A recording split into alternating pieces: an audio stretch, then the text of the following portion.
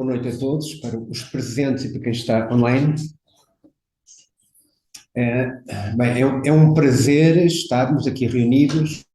O tema não é um tema para desconhecidos para chegarem pela primeira vez à Nova Acrópole. Por isso, as caras que estão presentes são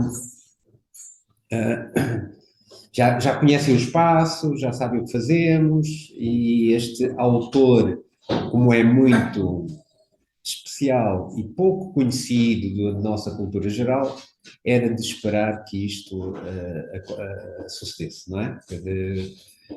Perguntava, mas quem é que conhece Boécio? Alguém perguntava, mas quem é que conhece Boécio? Uma atividade sobre Boécio? Porquê falar sobre Boécio se ninguém conhece Boécio? Ora, é precisamente por isso. Como não se conhece Boécio, é por isso que falamos de Boécio. E aproveitamos um número que é muito redondo, uma oportunidade única, que são 1500 anos após a sua morte, portanto é uma data que se proporciona muitíssimo bem para estarmos a ter alguma atividade em volta deste autor. Ainda antes de entrar em Boécio, também hoje também é um dia especial, porque hoje também é o dia de 25 de outubro, também é a data de falecimento do rei Dom João II, não é? Um dos maiores reis de Portugal, 25 de outubro, mas coincidiu com o dia de hoje. A data do Boécio não se sabe exatamente 23, 24, às vezes até o próprio ano não é muito rigoroso. Também devemos compreender que em 1500 anos o calendário, as datas, as adaptações das datas é perfeitamente normal que isso possa ocorrer. Mas é por esta altura e, portanto, sabe-se que foi por estes anos, 23, 24, portanto, cheguei a ver em 25, né? Mas isso não é o mais significativo. O mais significativo é realmente a obra que este autor nos deixou, e aproveitamos não só uma palestra para contextualizar, para introduzir, portanto, é esse o nosso objetivo, é falarmos algo sobre o autor, mas também decidimos neste ciclo fazer um recital com algum dos textos retirados da sua obra principal. E esse recital será no próximo dia 8 de novembro, não às 20 horas, o recital será às 21 horas, e o recital tem então textos para serem lidos, recitados, apresentados, também tem momentos de dança, tudo ilustrados com a música e com as luzes. Esperemos que seja um momento onde toquemos mais com o coração a obra de Boécio, porque normalmente esses momentos de recital, mais artísticos, são momentos para desfrutar mais pelo lado estético do que pelo lado mais racional. E, portanto, hoje vamos ficar mais pelo lado racional, para contextualizar, para ficarmos um pouco aproximamos este autor. É um autor que, durante 1000 anos, foi como que um pilar dos estudos, da aprendizagem, do pensamento europeu. Portanto, durante toda a Idade Média, a obra de Boécio foi um grande esteio, mas depois, pelas circunstâncias, pelo desenvolvimento da nossa civilização, o autor foi perdendo relevo e importância, e hoje é difícil ouvirmos o nome Boécio. Aliás, normalmente ninguém conhece o nome Boécio, a não ser os especialistas, não é? Ficou num recanto dos especialistas, mas não foi assim durante toda a história, não é? Antes, pelo contrário, foi um autor fundamental. As edições da sua obra principal foram imensas, há muitas edições, com muitas ilustrações, portanto, foi uma obra recorrente. Ora bem, Boécio, julga-se, pensa-se que terá nascido por volta de 1470 e, portanto, o seu falecimento em 24, 1470 com 24, portanto, 30, 50... Qual é o... Ai, 400... Isto é hoje lá... Não, eu estava a pensar se era 470, 480, por aí, portanto, é 400. Faleceu em 24, a data de nascimento não sabe exatamente quando. E era das famílias patrícias, portanto, das famílias mais ilustres, dos anícios. Portanto, ainda em Roma existia vestígios de toda essa seiva os patrícios era mais a nobreza, e nessa época ainda existiam essas figuras. Mas Roma já não era Roma. Apesar de nós encontrarmos, mas ainda existia o Senado, pois ainda existia o Senado como grande instituição, mas já não era a Roma que tinha sido o Império Romano, porque nesta época já tinha sido invadida, já era um reino. E era um reino bárbaro, como costumamos nós estudar na história, os que vieram do norte, portanto, vindo do norte, os godos, e não eram da cultura romana, do Império Romano, tinham entrado, e por isso então tinham esta característica. E vai ter características relativamente particulares estes ostrogodos, ou este rei que vai predominar nesta época em Roma. Para contextualizar, do Império Romano, o poder que estava em Roma, quando nós vemos do Augusto e que reforma todas as instituições, reforma a cidade, ou dos imperadores, dos Flávios, tudo isso que foi vivido em Roma, grande parte dessa importância, dessa influência, foi deslocada para Oriente, foi deslocada para Constantinopla. Quando Constantino, no século IV, funda precisamente Constantinopla, com o nome de Constantino, de alguma forma o poder do imperador estava mais na capital, onde estava o imperador. Roma foi gradualmente ficando com menos importância. E nesta época, século V, século VI, já é um reino. E este rei que vai estar em Itália já nem estava diretamente dependente do imperador. Como bem sabemos, não é? Costuma-se assinalar a Idade Média, o início da Idade Média com a queda do Império Romano do Ocidente. Portanto, quando Roma é conquistada e torna-se um reino. Mas o Império do Oriente, o imperador, mantinha-se, e há um grande desenvolvimento cultural. Todos nós conhecemos a cultura bizantina, não é? A arte bizantina, tudo isso que existiu. E a nível político ainda mantinha o Império do Oriente ainda manteve coesão suficiente para ter influência sobre um vastíssimo território. Portanto, o imperador do Oriente tinha bastante influência. Nesta época, o imperador que vai estar em jogo é um Justiniano I, que acaba por ser figura importante nesta história do Império Romano do Oriente, a grande figura, tem um código de lei, um grande reformador que ficou na história. E ele, de alguma forma, com este rei que vai estar em Roma, há ali uma particularidade porque estes godos que tinham de alguma forma colaborado com o Império Romano, estes godos vai ser doado uma terra que estava mais para Ocidente, ainda na zona agora da Croácia, Eslovénia, por aí, na Panónia, e um príncipe fica cativo em Constantinopla. Esse príncipe vai ser o Teodorico, era criança e vai ser educado e vai crescer. Quando chega à idade adulta, o que é que faz a Teodorico, o que é que não faz a Teodorico? E então o imperador sussurra-lhe ao ouvido, podemos dizer assim, ou suscita-lhe, olha, tu poderias conquistar a Itália. Então, uma forma de ele se afastar. A Itália, nessa altura, não fazia parte do Império Romano, portanto, era um rei à parte. E é o que Teodorico vai fazer, portanto, caminha para o Ocidente e vai enfrentar quem estava em Itália e conquista Itália e Roma, especificamente, ou Ravenna, depois a capital fica em Ravenna. A grande maioria da população era população italiana, mas com muita, podíamos hoje em dia dizer, gente estrangeira dos godos que ocupavam. Quem estava com o poder político eram os godos, os ostrogodos, o Teodorico. Mas grande parte da população era a população romana. Grande parte dessa população, isto é para percebermos, grande parte dessa população era mais de credo católico, ou seja, cristãos, mas mais de influência romana, e com o Papa de Roma. Aqui entra, para além da questão política, também entra uma questão religiosa. também que acaba por ser importante, que é entre o arianismo e o dogma oficial.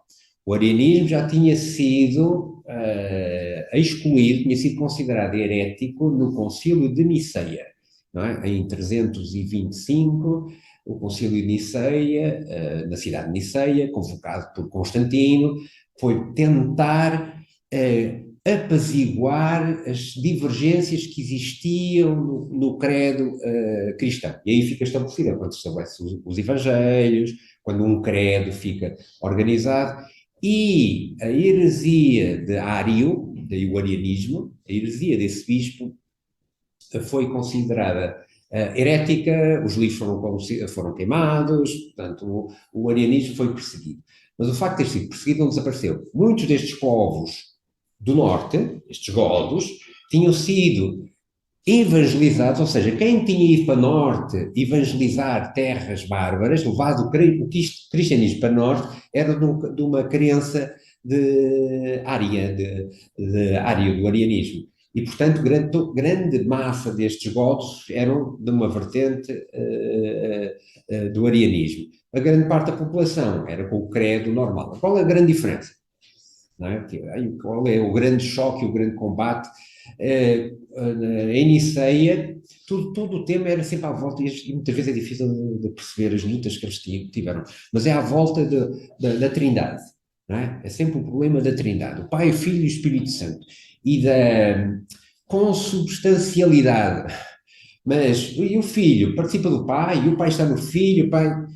E o que ficou definido no Conselho de Niceia é que as três entidades participam da mesma natureza. E, portanto, o filho participa da natureza do pai. O filho tem a mesma substância que o pai. Portanto, estão no mesmo patamar, no mesmo nível. Têm a mesma essência, portanto, estão no mesmo nível. Enquanto que Ário defendia que Cristo estaria num patamar, ou melhor, Ário dizia que Deus, o absoluto, estava num patamar e que se manifestava na existência através de um Logos, de um Cristo. E, portanto, este Logos, este Cristo, não era consubstancial ao Pai. Era num patamar, num nível de manifestação diferente. E, portanto, estas lutas de crenças, e sabemos sempre que as lutas religiosas são sempre as mais ferozes, mantiveram-se e foram bastante intensas. Isto para contextualizar que o Teodorico tinha essa vertente. E o Justiniano, no Oriente, exatamente o contrário, não é? Do credo de Niceia, que era bem assente. Bem, assim estamos no desenvolvimento. Teodorico parece ter sido um rei justo, correto, que desenvolveu muito o território, manteve uma paz durante bastante tempo e houve um desenvolvimento da Itália como já há tempos não se tinha notado. E nessa sua justeza, até também se envolve com os ilustres da sua época, não é? Ou seja, os homens ilustres da sua época. Duas figuras proeminentes vão ser precisamente um Casiodoro, também uma figura bastante interessante, que é também das famílias romanas, com toda uma cultura romana, e outra figura é o nosso Boécio. Não é? São os dois que foram ministros e que trabalharam junto com o rei, e, portanto, no Palácio com o Rei. Boécio teve vários cargos. Boécio não sabe ao certo, pensa-se que ele terá ido também a Atenas. Segundo alguma lenda, terá estado 18 anos em Atenas, mas supõe-se que é muito tempo para estar em Atenas. O facto é que ele tinha uma cultura clássica plena e total. Não é? E terá recebido a educação, a melhor educação da sua época, claro, possível, dentro das famílias nobres, e se ficou banhado por toda a cultura clássica, recebeu toda essa herança grega. Se esteve diretamente em Atenas ou não, não é muito significativo. Casou também com uma filha de um ilustre, um seu amigo, do Símaco, tantas mais elevadas famílias, e, portanto, o Boécio estava num contexto perfeitamente do mais, a nível social, do mais destacado, não é? Portanto, tinha de grande destaque social. E a sua natureza não desdenhou da posição social em que nasceu. Por aquilo que ele depois foi fazer, a obra que foi fazer, percebe-se porque esteve à altura do berço em que nasceu, ou seja, nasceu com possibilidades e aproveitou essas possibilidades.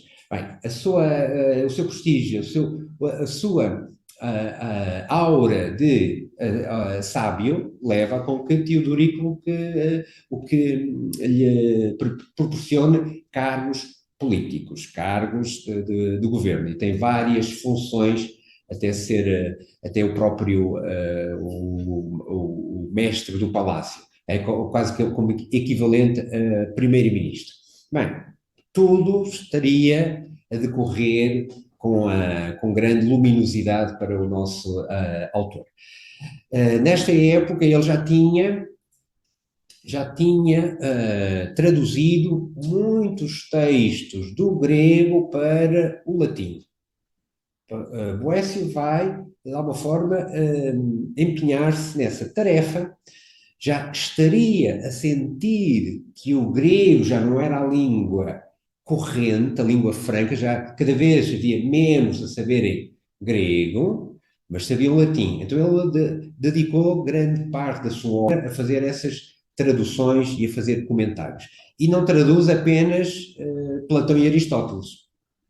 Ele, com Platão e Aristóteles, tinha colocado como projeto fazer a tradução de toda a obra dos dois autores e com comentários, para que nesses comentários ele demonstrasse que não existia oposição entre Platão e Aristóteles.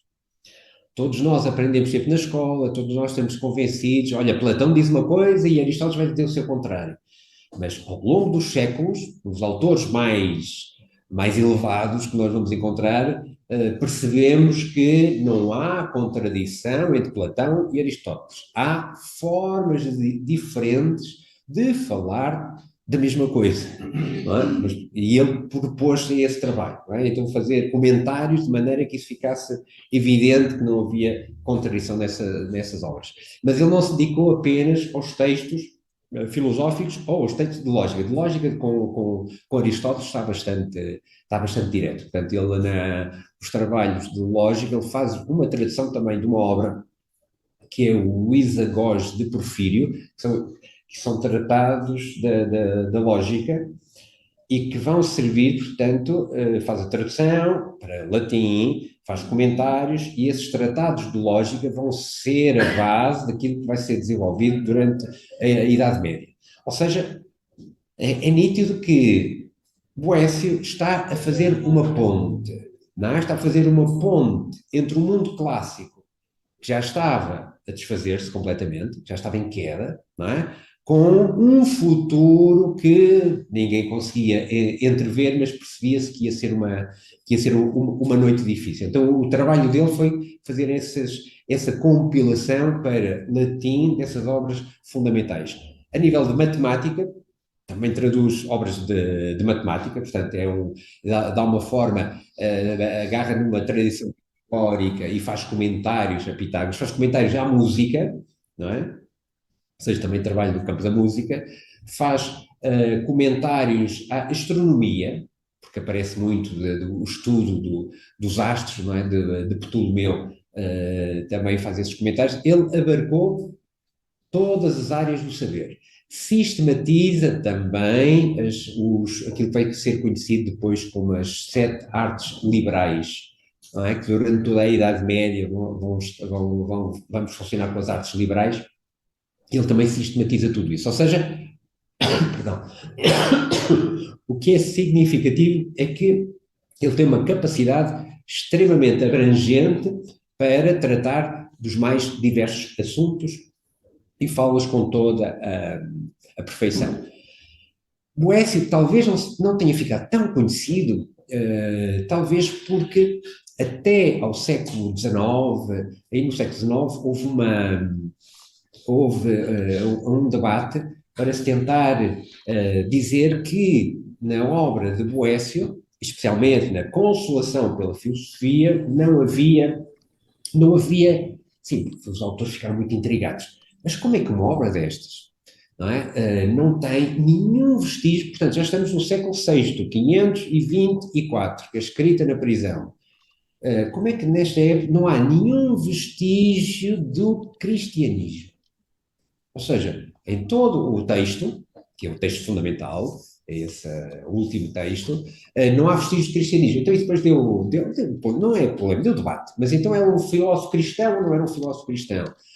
Possivelmente, se no meio de alguma passagem tivesse havido referências a evangelhos, certamente, se calhar, o Boécio não era assim tão desconhecido para nós como é hoje. Mas na prática não há nenhuma referência à tradição cristã. Mas no século, creio que XIX, princípios XX, foram descobertos uns textos de Cassiodoro, o seu amigo, que também trabalhou com ele no governo. Este Cassiodoro não sofreu o infortúnio de Boécio, durou até mais tarde, mas vai se retirar da política, vai se retirar do mundo, funda um mosteiro, e nesse mosteiro o Cassiodoro montou uma espécie, estamos a ver a projeção que eles tinham. Ele, no mosteiro, criou um scriptorum. E o que era o scriptorum? O scriptorum era o local onde os monges escreviam.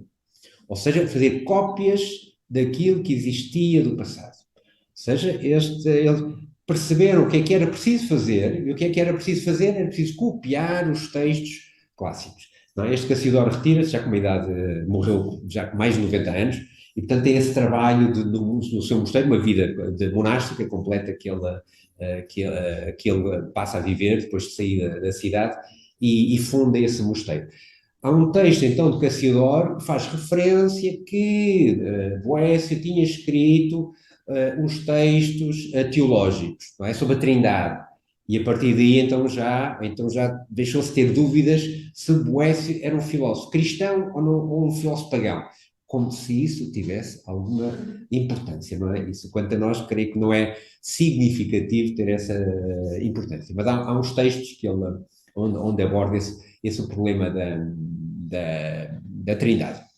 Outro dos textos tem a ver com o número 7 e a substância do número 7, que depois, e o que é curioso em Boécio, na obra de Boécio, é que vai servir para alimentar a Idade Média. A nível de pensamento, a Idade Média, os pensadores da Idade Média vão ficar com as discussões de Boécio, seja esse da substância e do ser, do ser e do sendo, ou seja, aquilo que está sendo participa do ser, mas é diferente do ser, e tem toda uma série de reflexões em busca dessa essência, usando uma lógica, porque Boécio tem uma preocupação fundamental, é a definição dos termos.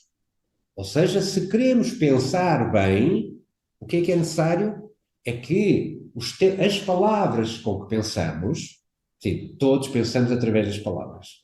Essas palavras têm que estar claras, têm que estar definidas. Esses termos não podem ser confusos, porque senão os nossos raciocínios não funcionam. Não? Então, essa análise dos termos, colocar cada coisa clara para que a lógica e o raciocínio pudesse ser um raciocínio efetivo.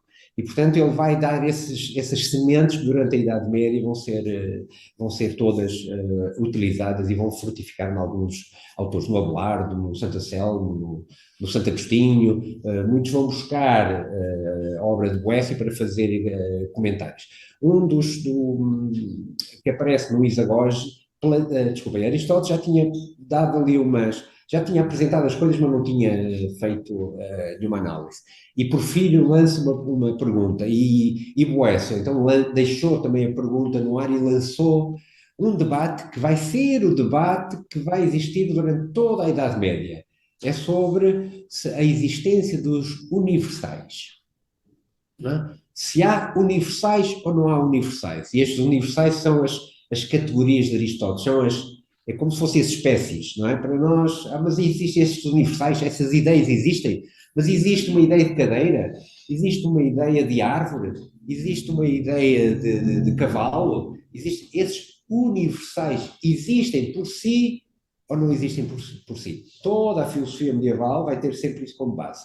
entre os universalistas, os universais, racionalistas e os nominalistas. Os nominalistas vão apenas dizer que essas palavras são apenas nomes, não é? Ou seja, na prática são mais empiristas, porque dizem que nós fazemos uma ideia de cavalo com base em quê? Com base ao vermos muitos cavalos. Sim, nós, cadeira. O que acontece? Somos criancinhas, olha, cadeira, cadeira, cadeira, cadeira, pim, uma ideia de cadeira. E então, esses universais não eram nada mais do que nomes, simples nomes, não eram só isso. Enquanto que os racionalistas, mais numa linha platónica e aristotélica, no sentido das formas, porque Aristóteles fala de formas, essas formas têm uma realidade por si. Existem, só que não existem num plano. Claro, onde é que existem? Onde é que existem as ideias? Onde é que estão as ideias?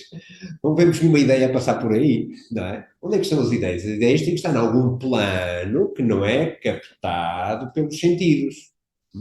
Porque o Boécio vai colocar aí muito, muito bem isso até também na Consolação pela Filosofia, todo esse processo para podermos conhecer as possibilidades que temos de conhecimento. Isso é uma tradição pitagórica, uma tradição platónica. Os sentidos dão-nos aquilo que podemos captar através dos sentidos. Dão-nos a materialidade das coisas. Mas em nós há depois outros instrumentos para acedermos ao conhecimento. Porque se não existissem outros instrumentos para aceder ao conhecimento, ficaríamos muito. Aliás, ficaríamos a viver só num momento presente com o que o captámos naquele momento. Não, então há outros instrumentos. Um instrumento a seguir aos sentidos, porque cada vez que captamos qualquer coisa, cada vez que há uma percepção, há uma imagem que é feita na nossa cabeça. Não é? Ou seja, aquilo que sentimos, nós nem sabemos o que é que sentimos. As nossas percepções não são mais do que processos logo mentais que são feitos na nossa cabeça, na nossa mente. Não é? Há uma interpretação dos dados que vem via sentidos e há logo uma representação. Essa representação é uma imagem. E funcionamos assim. Todo o ser humano funciona assim, porque nós não temos, não captamos, os sentidos não nos dão as coisas em si. Não é? Os sentidos dão-nos uma informação e essa informação é processada dentro de nós. Por isso é que às vezes nos enganamos, não é? Estamos a olhar para uma coisa e aquilo não é aquela coisa, porque é a nossa percepção que fica ali e os sentidos ficam atrás e é a percepção que domina. Para além da imaginação, temos outra possibilidade, que é raciocinar sobre as coisas. Já é outro patamar. Não é? Porque imaginar é a representação da informação que temos, mas depois podemos fazer relações, correlacionar, podemos ligar. Então aí a razão, a lógica vai ter esse papel fulcral, que sabemos que é sempre, como é sempre dual, como é sempre quente e frio, alto e baixo, ou seja, esta razão oscila entre um lado e outro lado, não é? Trabalha sempre com uma dualidade. E por isso a razão não nos dá uma unidade. A razão não permite a unidade, mas a razão permite eliminar o erro. Não é? Esse é o papel fulcral da razão, para dizer aquilo que não é. E, portanto, a razão não vai dizer o que é, vai dizer o que não é. Porque aquilo que é já é muito mais uma vivência nossa com o ser do que qualquer outra coisa. Mas para isso é preciso fazer esse caminho dentro de nós para chegarmos a essa vivência. Essa vivência é uma espécie de unidade. Quando fazemos alguma verdade dentro de nós, a verdade é sempre una. Quando é uma coisa verdadeiro, se é verdadeiro, não participa do dois. Se é verdadeiro, é verdadeiro. Ou seja, não há dúvida, por isso, não há dúvida que é. A dúvida é que está o dois. Mas quando sentimos dentro de nós a experiência de verdade, essa experiência é sempre una. Não é? É sempre na nossa consciência, no nosso coração, na nossa mente-coração, enfim, há uma parte em nós que vivifica isso, que sente isso, que vibra com isso. E aí, quando isso se vive, é sempre com um sentido unitário. Portanto, essa unidade já vai para além da mera razão, porque quando estamos com a razão é sempre uma análise, é sempre um caminho, estamos a tentar chegar lá, mas quando chegamos, é nosso, já nos fundimos com isso, já conquistei isso, não é? Então é sentido de unidade. Estas são as quatro grandes ferramentas que o ser humano tem para conhecer. São estas. E é o nosso nível, o nosso patamar. Eu volto a referir, já vem de uma tradição pitagórica, Platão desenvolveu isso muito bem, Aristóteles falou outra vez desse caminho dialético, Plotino fala de um caminho dialético, que é essa ascensão. E Boécio, na Consolação pela Filosofia, também vai fazer essa referência. Bem, Boécio está no seu apogeu, no seu máximo de fama. Ele tem a sua esposa, portanto, a filha de Símaco, também lhe dá dois filhos. Esses filhos chegam a cônsul no Senado. Há referência que Boécio no Senado era um grande orador, não é? Quase chamado o novo Cícero, portanto, podemos imaginar os dotes de linguagem que tinha, portanto, o seu raciocínio, a sua linguagem, das figuras mais eminentes de Roma. E os seus filhos também são nomeados cônsules e têm um momento de glória, de fama, enfim, tudo aquilo que qualquer ser humano na cidade poderia ambicionar. Boécio estava a esse nível, vivenciou isso. Só que, como ele muito bem depois vai falar, a roda da fortuna vira. Tá? A roda da fortuna vira. E virou porquê? E depois nós tentámos perceber como é que é possível. Foi só por causa do indivíduo? Foi só por causa de Teodorico? Não, não é só Teodorico. Porque, aliás, Teodorico, depois, portanto, foi Teodorico, evidentemente, que decretou a pena de morte, sem sombra de dúvida. E ao seu sogro, o Símaco, passado meses, também decretou a pena de morte. Mas Teodorico não durou muitíssimo mais. Passado um ano e pouco, ele já estava com uma idade mais avançada, mas não durou muito mais e diz-se que terá sempre ficado ali com alguma quesilha, algum remorso daquilo que fez. Sim, pensamos dois dos mais ilustres cidadãos, não é? E depois tem um fim trágico dessa forma, é sempre estranho. Mas porque é tirania do indivíduo? Não é só a tirania do indivíduo, é um contexto, se calhar, enfim, podemos dizer, a roda da fortuna a girar. É um facto, o contexto político não era fácil, e já vimos que Teodorico era ariano, não é? Partidário do arianismo. Não é? Justiniano era do credo de Niceia, e portanto havia aí já algum conflito. Depois, Justiniano, Teodorico, apesar de ser ariano, ele manteve sempre uma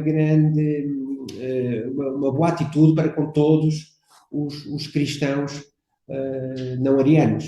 E, portanto, nunca houve hostilidades, sempre teve uma capacidade de harmonizar as diferenças. Portanto, não foi um perseguidor religioso, não, harmonizou todos.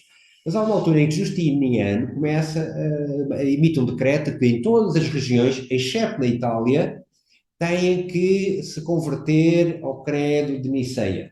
E, portanto, as heresias têm que ser anuladas porque haver diversidade punha em perigo a ordem, a unidade de todo o Império. Claro, e Teodorico fica receoso, mas e agora? Ele aviou de Itália, mas porquê? E tenta entrar em negociações para até explicar, mas esperem, aqui em Itália sempre houve essa capacidade de conciliar o arianismo com o catolicismo, se chamava assim na altura. Mas sempre não houve assim, agora porquê isto? Então, nós queremos continuar a ser respeitados? Bem, começou-se a gerar uma suspeita, esse foi de alguma forma o fundo. Mas depois, a questão mais direta terá sido alguma intriga, inveja de outros palacianos. É? Há gente de menos bem que denuncia e acusa, não Boécio, um senador extremamente importante, de estar a conspirar com Justiniano para derrubar Teodorico. E claro, nós podemos imaginar nestes ambientes, e que se calhar com os conselheiros, e os conselheiros a dizer que sim, tudo aquilo que veio, tudo o que se desenvolveu a seguir. Boécio não nega o apoio a esse senador e vai dizer, não, não, de maneira nenhuma, nem o senador, não, o senador de forma alguma está implicado em qualquer conspiração, nem o senador, nem ninguém, nem o Senado tem a ver com qualquer conspiração. Mas estes que intrigaram, inclusive forjaram uma carta, como se tivesse sido assinada por Boécio, e com isso o Teodorico não vai ceder e vai condená-lo primeiro à prisão, fica desterrado em Pavia, na Torre de Pavia, aí fica preso, prisioneiro, sem poder sair, e durante os meses fica a aguardar a sua sentença, mas já sabia a sentença que lhe iria ocorrer. Depois pensa que se terá sido por estes dias, dia 23, ou pelo menos ficou isso celebrado, por exemplo, Pavia, que acabou por ser de alguma forma também canonizado, um Boécio com alguma santidade, e foi a morte, ainda por cima, supliciado de uma maneira não digna de um nobre. Da mesma maneira que nós, na Idade Média, um nobre nunca poderia ser um nobre, podia ter feito o crime, podia ser condenado à morte, mas um nobre nunca seria enforcado, porque um nobre na forca, isso era uma desonra muito grande, não é? O nobre havia o cutelo, não era? Mas enforcado não. E aqui em Roma, e nesta altura também a mesma coisa. E a morte que ele vai sofrer é uma morte terrível, com corda à volta da cabeça, não é? De apertar e depois, depois à paulada. Portanto, nós não imaginamos o sofrimento que possa ter sido. E assim terminou a vida de um dos mais ilustres, com ainda uma idade ainda muito novo, mas terminou assim uma vida de uma forma trágica. E volto a referir, depois o seu sogro também foi condenado à morte e Teodorico também não durou muito mais. Parece que é um cerrar das luzes do mundo antigo, não é? Parece que o mundo antigo estava a terminar, a fechar a sua luz, e há aqui este processo de transição.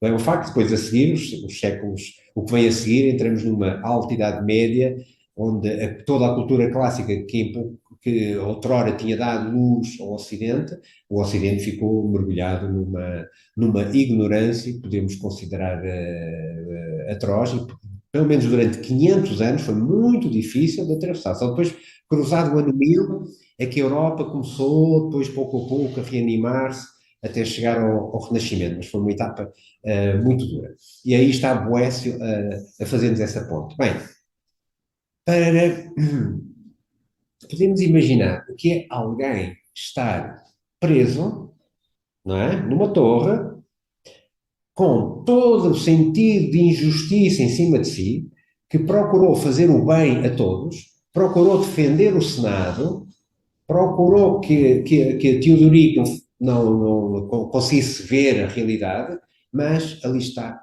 preso e condenado provavelmente a ser supliciado.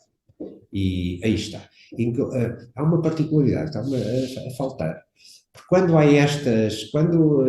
vai ser preso e já praticamente havia suspeita que iria ser condenado, o próprio Senado, Boécio tinha defendido todo o Senado, mas o próprio Senado desliga-se daqueles que estavam a ser acusados.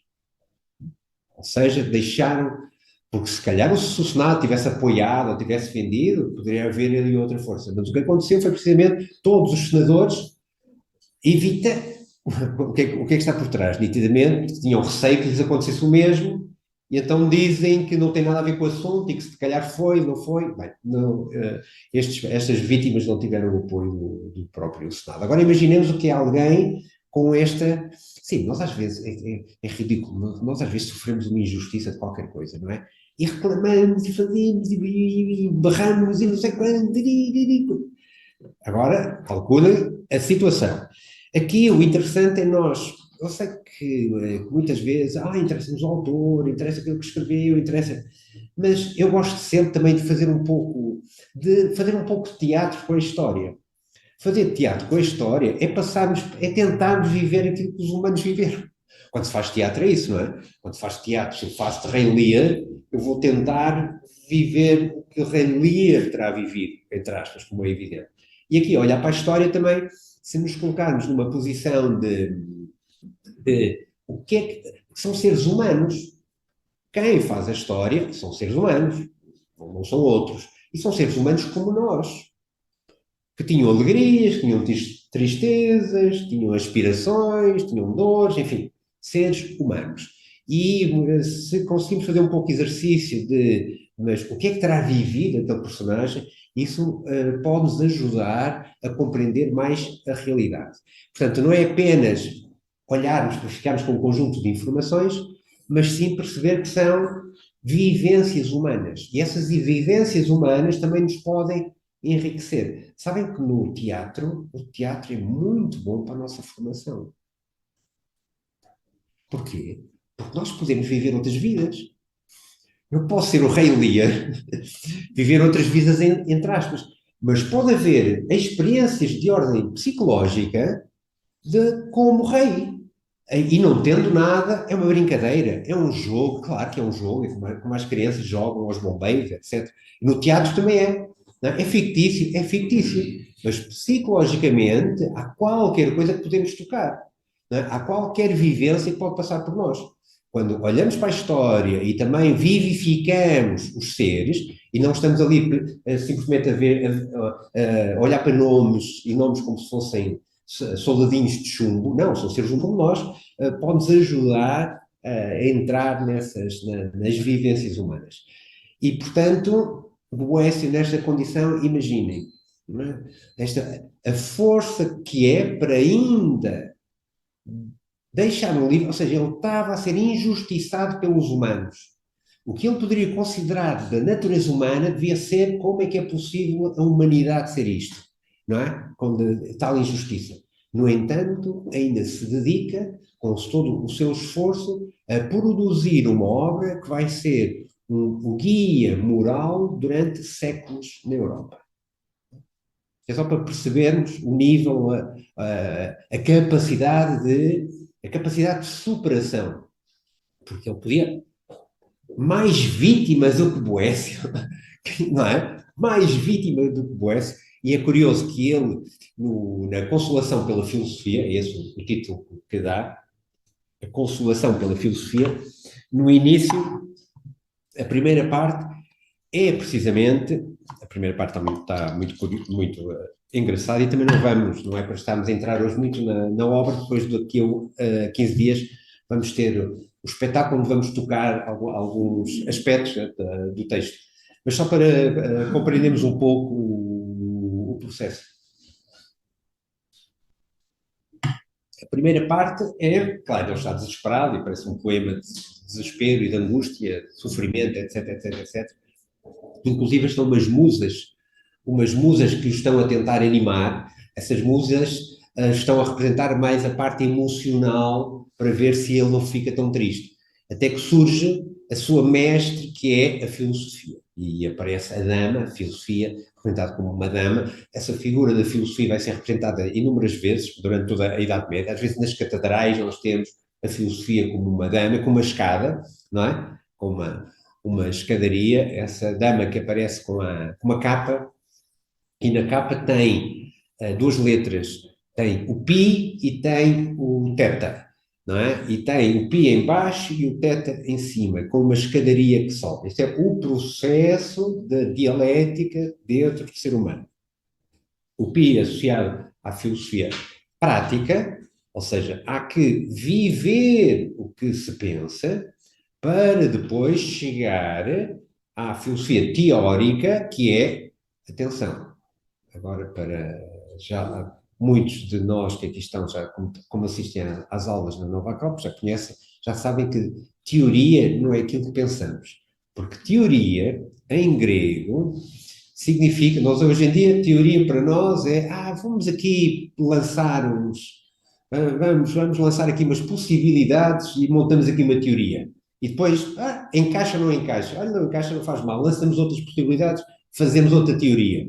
Mas teoria em grego significa estar entregue a Deus. Ou seja, estar a contemplar o que há de mais elevado dentro do ser humano. Ou seja, que dentro do ser humano há uma escadaria para subirmos à nossa parte elevada e aí podemos contemplar as essências. Então é esse processo da filosofia. Então passa da teoria da filosofia prática à filosofia teórica. E aparece aí a dama da filosofia e vai fazer todo um processo. E a primeira coisa que faz é precisamente, ela até afirma bem, olha, primeiro dou-te aqui os primeiros tratamentos têm que ser assim um paliativozinho, como tu estás muito doente, primeiro um pequeno paliativo, pouco a pouco, para mais tarde te dar a dose mais forte, não é? Mas para já tem que ser gradual. E a primeira coisa é que ele reconheça que não pode, claro, na situação em que ele está, é fácil nós compreendermos que estava como? Estava a queixar-se do universo, estava como vítima, não é? Estava a reclamar. A primeira atitude que tem que ter é de aceitação. Ou seja, se a roda da fortuna virou, então todo o primeiro discurso é sobre a fortuna, e sobre as riquezas, sobre os poderes, é tudo isso para se perceber que ao estar no mundo é assim. E que depois nada do que é do mundo dá uma real felicidade. Depois todo o discurso, todo o texto, todo o ensinamento é precisamente para se chegar a uma felicidade duradoura. Isto é platónico, é aristotélico, ou seja, já da Aristóteles já tinha colocado isso muito bem, que nós, a felicidade nas pequeninas coisas é uma felicidade muito fugaz. Sim, um pequeno prazer, olha, uma felicidade, são felicidades que não têm futuro. Naquele momento, estamos satisfeitos, estamos aliviados de uma necessidade. Se calhar a fama será uma necessidade? Não é? Será que a fama também é uma necessidade? Não, mas a fama, talvez seja uma necessidade, a fama. Talvez seja. Ou seja, talvez seja um processo, porque o que é que implica a fama? Ou melhor, o que é que está por trás da fama? O que é que está por trás de sermos famosos? Está por trás um sentido de continuidade, certo? Um sentido de mais amplo, um sentido de eternidade. Se calhar essa necessidade de alguma fama é um caminho para chegarmos a uma imortalidade, não é? Quando os poetas ficam, pela fama, ficam imortais.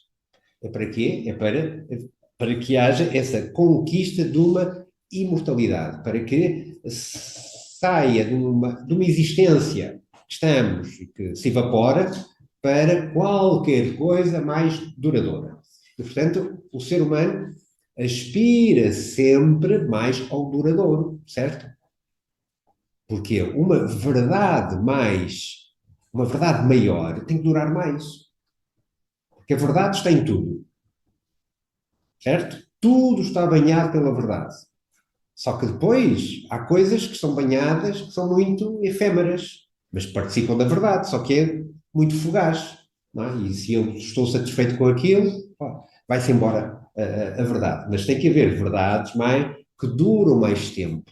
Onde é que elas duram mais tempo? Claro que não é nada fora de nós. Todas as coisas, tudo aquilo que Boécio tinha conquistado, tudo, era tudo relacionado com o exterior. E todo o discurso que vai colocar, que Boécio coloca, de uma forma também muito engenhosa, depois vai ser também muito utilizada, que é prosa e verso, prosa e poesia. Intercala as duas coisas. Há um discurso narrativo e depois umas versos pelo meio a ilustrar aquilo que estaria a viver. E, portanto, todo o desenvolvimento é precisamente esse. Reconhecer que estamos no mundo e que há muitas das coisas que temos no mundo, temos que as aceitar e quando aceitamos as coisas boas, quando aceitamos as coisas boas, dizemos sempre, é porque mereço. Sim, às vezes uma coisa que eu costumo dizer, se alguém sai um euro milhões, ninguém diz que é karma, não é? Porque só se diz que é karma uma coisa negativa. Porquê? Porque nós consideramos que ganhar um euro milhões, eu mereço ganhar um euro milhões. Não é? E, portanto, quando a roda da fortuna está em cima, então consideramos que sou eu. É como se fossem os meus méritos que estão. Ah, muito bem, aquilo é tudo. Não é? Quando está no oposto, já recusamos tudo aquilo que vem. Mas que a filosofia diz não, se é da roda, temos que aceitar aquilo que a fortuna nos dá. Não é? E não somos nós que a controlamos. E mais, se em algum momento a recebeste de braços abertos, que direito agora tens a não a querer receber quando ela já está noutra volta. Bem, essa é a primeira da aceitação, até fazer todo um processo onde tem que se procurar viver aquilo que é mais duradouro, está tudo ali exposto. E só se pode viver o que é mais duradouro dentro de nós, ou seja, só através da nossa parte intelectiva, ou seja, só com a nossa parte superior, é que nós tocamos uma felicidade mais duradoura. Tudo o resto olha, estamos no mundo, satisfazemos-nos, mas aí sim, é, é um prazer que podemos ter. Sim, esta felicidade é uma forma de prazer. Só que é um prazer da nossa parte mais elevada. Assim, quando compreendemos uma coisa, temos dúvidas. E depois, quando compreendemos algo, isso não é prazeroso, isso. Não ficamos felizes com isso. Não ficamos. Claro. E essa é uma felicidade que vai durar mais de qualquer das outras que, se alguém nos faz um elogio, ou enfim, tantas outras possibilidades de coisas que são simpáticas e agradáveis. Mas essa que está dentro de nós, essa possibilidade de chegar, de fazermos o caminho até chegar a uma possibilidade de contemplar, claro, a terminologia, contemplar Deus. Mas aqui percebemos bem que é contemplar a parte mais elevada que existe em nós. Essa parte mais elevada que existe em nós tem correspondência com o que há de mais elevado no universo? Plotino, no final da sua vida, diz que a última frase de Plotino, do século III, neoplatónico, afirmou: procurei durante toda a minha vida unir o que há de mais elevado em mim com o que há de mais elevado no universo. Porque nós temos a tradição que somos um microcosmos. Percebemos, no ser humano é como se tivessem todas as leis do universo estão sintetizadas no ser humano. Então participamos das várias coisas que há no universo. Também participamos de uma coisa elevada. Agora, temos que compreender, para chegar a isso elevado é preciso subir dentro de nós. Não é? E simultaneamente, para subir dentro de nós, temos que fazer o quê? Temos que ir ao mais profundo de nós mesmos. Ou seja, que não há possibilidade. Não há sim, nós queremos subir dentro de nós e só ter a nossa parte luminosa. Mas para conseguirmos a nossa parte luminosa, temos que nos aprofundar para nos conhecermos a nós mesmos. E muitas vezes nesse processo é um processo de descida dentro de nós em que é necessário fazer esse trabalho. Portanto, todo o trabalho da filosofia, por isso é que aparece representada com os degraus, com uma escadaria, é para fazermos esse trabalho dentro de nós, que temos instrumentos para podermos aceder a um patamar de eternidade. Ou seja, nesse plano, nesse nível, as coisas não mudam, as coisas duram. É como a nossa consciência. A nossa consciência é uma, certo? A nossa consciência é uma. A consciência que tinha, não estou a dizer mais consciência ou menos consciência. A consciência é como se fosse uma luzinha que nós temos. Mas a luz que nós temos é uma luz. Que podemos alargar a luz? Sim, podemos, ser mais consciente. Olha, estava tão às escuras na sala que não via nada, agora consegui pôr aqui luz. Podemos expandir a nossa consciência. É isso que procura a filosofia. Mas é uma. Essa consciência está em qualquer momento da nossa vida, é sempre a mesma. Essa consciência participa do eterno. É sempre uma. Não muda. Será que participa também, depois de morrermos, também se mantém eterna? Enfim, isso já são as outras especulações que o Boécio também faz, que aceitar a imortalidade é perfeitamente lógico e natural, essa noção de uma eternidade. Bem, a obra está acessível, há uma edição da Gulbenkian, traduzida em português, A Consolação pela Filosofia, também se encontra em PDF no site da Gulbenkian, também aparece outras versões, há muitas edições. Volto a referir, na Idade Média houve muitas edições do texto. Ontem, por acaso, ao consultar, há um site que é o archive.org, que é uma espécie de depósito de PDFs de livros antigos que não têm direitos de autor. Alguns têm direitos de autor que pode ser emprestados, mas muitos não têm direitos de autor e é um site que eu às vezes para livros. Sabe, já encontrei coisas muito interessantes, não é? De autores portugueses do século XVII, século XVIII, que estão digitalizados até de bibliotecas americanas e aparecem ali os textos. Mas ontem pesquisei de Boécio e era uma quantidade de textos e textos, isto para confirmar que as edições de Boécio foram fulcrais durante toda a Idade Média. E com isto era o que eu queria transmitir com esta aproximação e este contexto do personagem, para de 2 a 8 dias já vivemos um pouco mais, não com um lado racional, com um lado, vamos estar todos plenos, a escutar tudo e para produzir algum efeito em nós. Ele escreveu na prisão, depois a obra dele faleceu, né? Foi morto, e a obra dele ficou no como? Alguém levou, alguém foi para algum lugar, porque eu fico pensando se nessa época, como ele foi condenado à morte, se não tinha muita restrição, né, a respeito da... Não foi, sei lá, por exemplo, o arianismo, quando há o Concílio Nicéico, o arianismo, os textos queimados, destruídos, porque era heresia, e aí sim. Mas com a obra de Boécio não é? A obra de Boécio ficou, o que ele tinha escrito ficou e depois foi sendo copiada.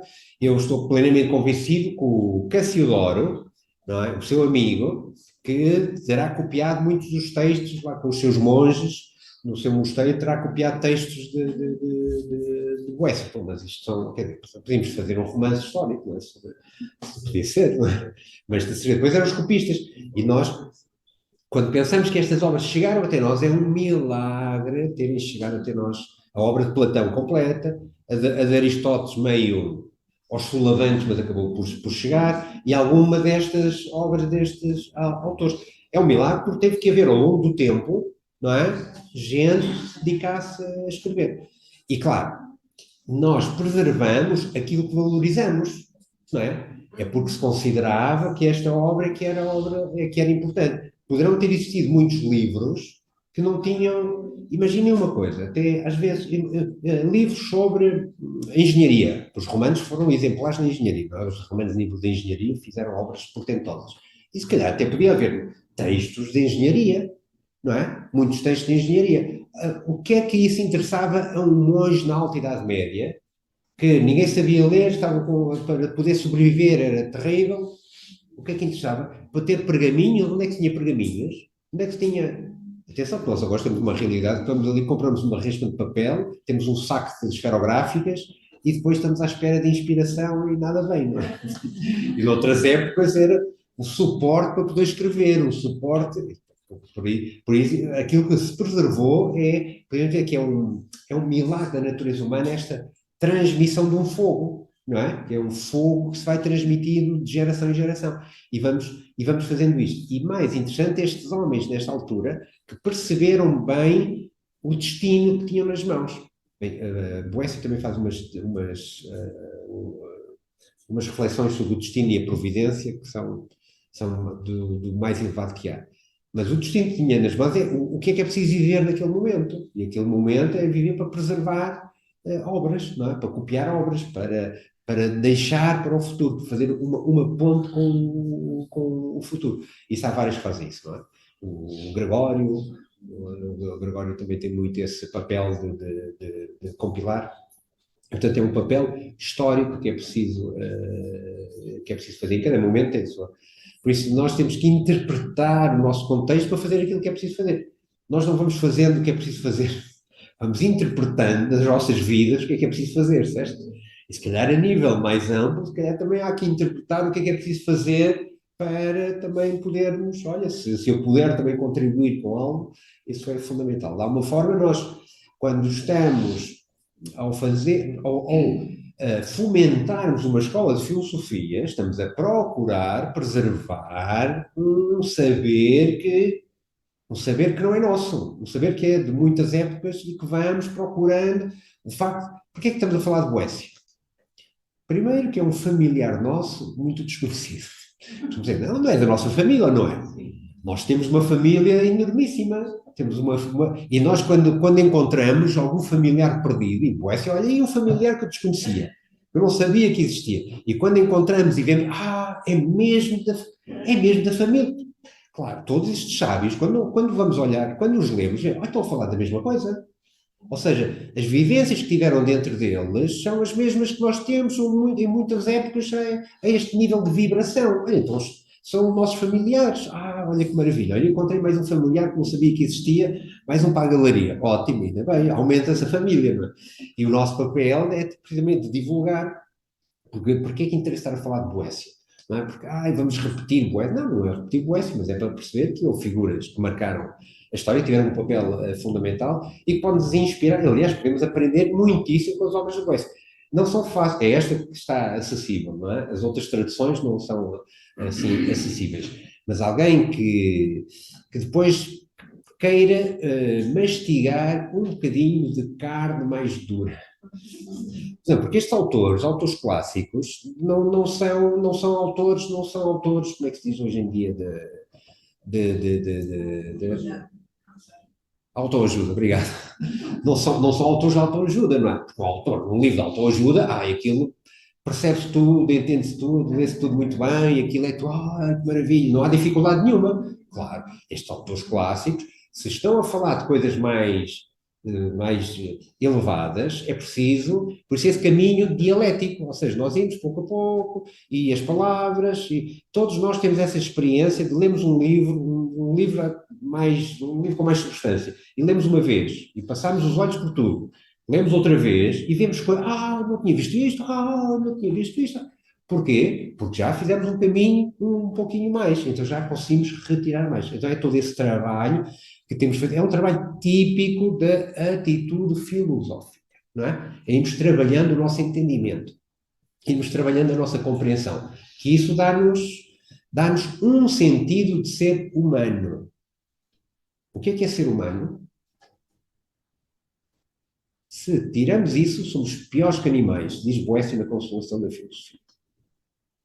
Ser humano é ter mente e raciocinar com essa mente, ou seja, trabalhar a mente para chegarmos ao mais alto que há, é realizar a nossa natureza humana. Qual é a nossa natureza humana? É esta luz que há dentro de nós que possa, não é? Que se possa tornar presente. Temos isso em potencial, pois, mas ainda não entendo nada. Sim, mas há que trabalhar para que isso se possa tornar mais ativo, não é? E isso é ser humano. Se retiramos isso, estamos pior do que animais, pior que animais.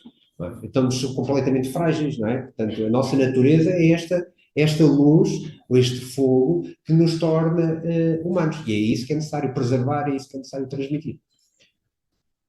Portanto, não sei quem é que esculpiu os livros de Boécio. A Fátima só faz perguntas que a pessoa não sabe responder. É verdade. É de propósito. É de propósito. Mais alguma questão? Ficamos por aqui. Obrigado pela vossa presença, porque é sempre o público que também faz a conferência. As conferências, as palestras não são só feitas por quem está a falar, quem está a escutar, mas é quem está a escutar também faz as palestras. Agora, como? Mas também faz as palestras, também participa. De outra maneira, mas participa. Porque sem público, como é que se fazia uma palestra? Não se fazia uma palestra. Não é? Por isso, obrigado pela vossa presença e um pensamento para Boécio, nos juntou aqui esta noite. Obrigado.